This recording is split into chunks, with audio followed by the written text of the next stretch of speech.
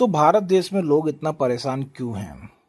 लोग परेशान इसलिए हैं क्योंकि लोगों की जो बातें हैं वो सुनी नहीं जा रही हैं। जब लोग अपनी शिकायत लेकर के पुलिस स्टेशन जाते हैं तो लोगों को वहाँ करप्शन झेलना पड़ता है। अगर केस रजिस्टर हो जाती है तो कोर्ट में करप्शन झेलना पड़ता है, बाबू को पैसा देना पड़ता है। हॉस्पिटल जाते हैं तो वहाँ पर उनको इलाज नहीं मिलता है। सरकारी अस्पताल में जाते हैं तो वहाँ पे मशीनें नहीं मिलती हैं। और अगर मान लीजिए मशीनें मिल भी गई तो वेटिंग उसका 2-2 महीने, तब तक वो मरीज भी मर जाता है। और मतलब ना जाने कितने तरह की समस्याओं का सामना लोगों को करना पड़ता है, भांति भांति की समस्याओं का सामना करना पड़ता है। और हमारी जो सरकार है उसकी कोई अकाउंटेबिलिटी ही नहीं है, वो जिम्मेदारी ही नहीं लेना चाहती।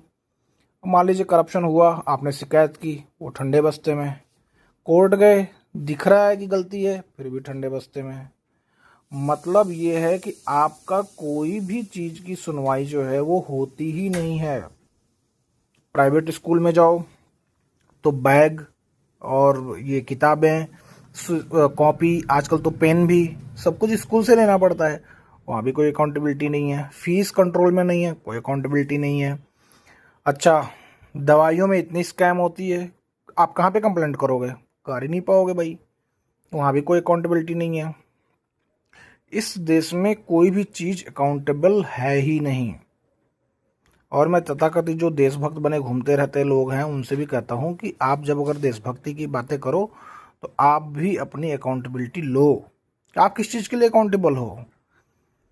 तो कोई भी आदमी जो है, मीडिया अपनी अकाउंटेबिलिटी नहीं लेता है, बिजनेसमैन अपनी अकाउंटेबिलिटी नहीं लेता है, ब्यूरोक्रेसी अपनी अकाउंटेबिलिटी नहीं लेता है, डॉक्टर्स नहीं लेते हैं, पुलिस नहीं लेता है, और रोड बनाने वाला ठेकेदार नहीं लेता है, उसको इंस्पेक्शन करने वाला जेई नहीं लेता है। कोई अपनी जिम्मेदारी नहीं ले रहा है भाई। और तुम गाए जा रहे हो वीर तुम बड़े चलो, धीर तुम बड़े चलो। भाई बढ़ के क्या करोगे तुम?